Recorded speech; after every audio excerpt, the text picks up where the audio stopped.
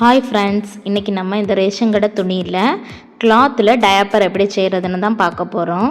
அதுக்கு இந்த மாதிரி ஒரு ரேஷன் கடை துணி எடுத்திருக்கேன். அதை இந்த மாதிரி மடக்கி எடுக்கணும். அதாவது 4 பக்கமுமே சேம் அளவாக இருக்கணும். நீளமும் அகலமும் ரெண்டுமே சேமாக இருக்கணும். அது நீங்கள் ஸ்கெயிலில் அளந்து எடுக்கலாம், இல்லை டேப்பில் அளந்து எடுத்துக்கோங்க. நான் குட்டியாக தான் பண்ணியிருக்கேன். ஆனால் நீங்கள் பண்ணும்போது கொஞ்சம் பெரிய சைஸாகவே கட் பண்ணி எடுத்துக்கோங்க. பெருசாக நம்ம கட் பண்ணி எடுக்கும்போது அது கொஞ்சம் சிக்காக இருக்கிறதுனால நிறைய யூரினை கூட அப்சர்வ் பண்ணி வச்சுருக்கோம். வெளியே எதுவுமே படாது. இது பார்த்திங்கன்னா நம்ம உடனே கட் பண்ணி உடனே யூஸ் பண்ணிக்கலாம். இது துவைச்சி காய போட்டால் கூட சீக்கிரமாகவே காஞ்சிரும். இதே மாதிரி ஒரு 10 பீஸ் போல் கட் பண்ணி எடுத்து வச்சுக்கோங்க. அப்போ உங்களுக்கு ஒன்று ஒன்று மாற்றி மாற்றி யூஸ் பண்ணுறதுக்கு ரொம்பவே ஹெல்ப்ஃபுல்லாக இருக்கும். என்னோடய பையனுக்கு இதை தான் ஒரு 2.25 வயசு வரைக்கும் யூஸ் பண்ணேன். ரொம்பவே யூஸ்ஃபுல்லாக இருந்துச்சு. இப்போ நம்ம ஃபுல்லாக கட் பண்ணியாச்சு.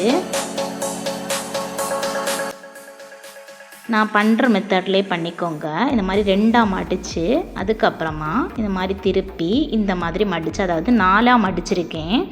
மடிச்சுட்டு இந்த நான் கை வச்சு பிடிச்சிருக்கேன் இல்லைங்களா, இதை இந்த மாதிரி ஃபோல்டு பண்ணி இதை சிசர் வச்சு இந்த மாதிரி கட் பண்ணி எடுத்துட்டா போதும். இதுக்கு ஸ்டிச்சிங் எதுவுமே தேவையில்லை. அதனால் நீங்கள் ஈஸியாகவே பயன்படுத்தலாம். இதுலேருந்து இந்த ஒரு லேயரை எடுத்து இந்த மாதிரி மடக்கி எடுத்துக்கோங்க.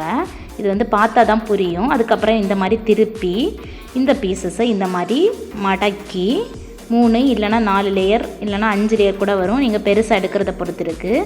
இந்த மாதிரி நீங்கள் மடக்கி வச்சுருந்தீங்கன்னா தேவைப்படும் போது எடுத்து கட்டுறதுக்கு ரொம்ப ஈஸியாக இருக்கும். ஆயிரதுக்கும் ரொம்ப டைம் எல்லாம் எடுத்துக்காது. ஒரு 1/2 ஹவர்லேயே காஞ்சிரும் ரேஷன் கடை துணியில் பண்ணும்போது. இல்லை கொஞ்சம் கூட திக்காக இருக்கணும்னா கொஞ்சம் திக்கான கிளாத் கூட எடுத்து யூஸ் பண்ணிக்கலாம்.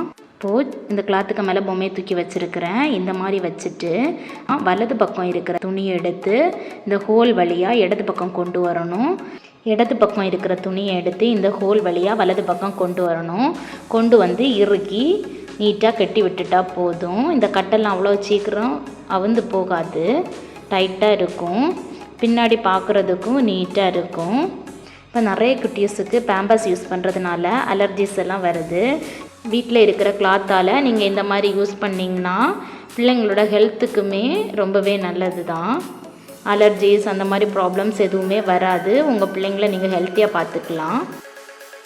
செகண்டாக ஒரு ஒட்டடை அடிக்க கம்பு மாதிரி தான் பண்ண போகிறோம். அதுக்கு இந்த மாதிரி நீளமாக ரேஷன் கடை துணியையே கட் பண்ணி ஒரு 15 பீஸ் போல் கட் பண்ணி எடுத்துக்கிறேன். ஒரு 20-25 பீஸ் எல்லாம் கொஞ்சம் சின்ன சைஸில் கட் பண்ணி எடுத்திங்கன்னா இன்னும் யூஸ் பண்ணுறதுக்கு நல்லாயிருக்கும்.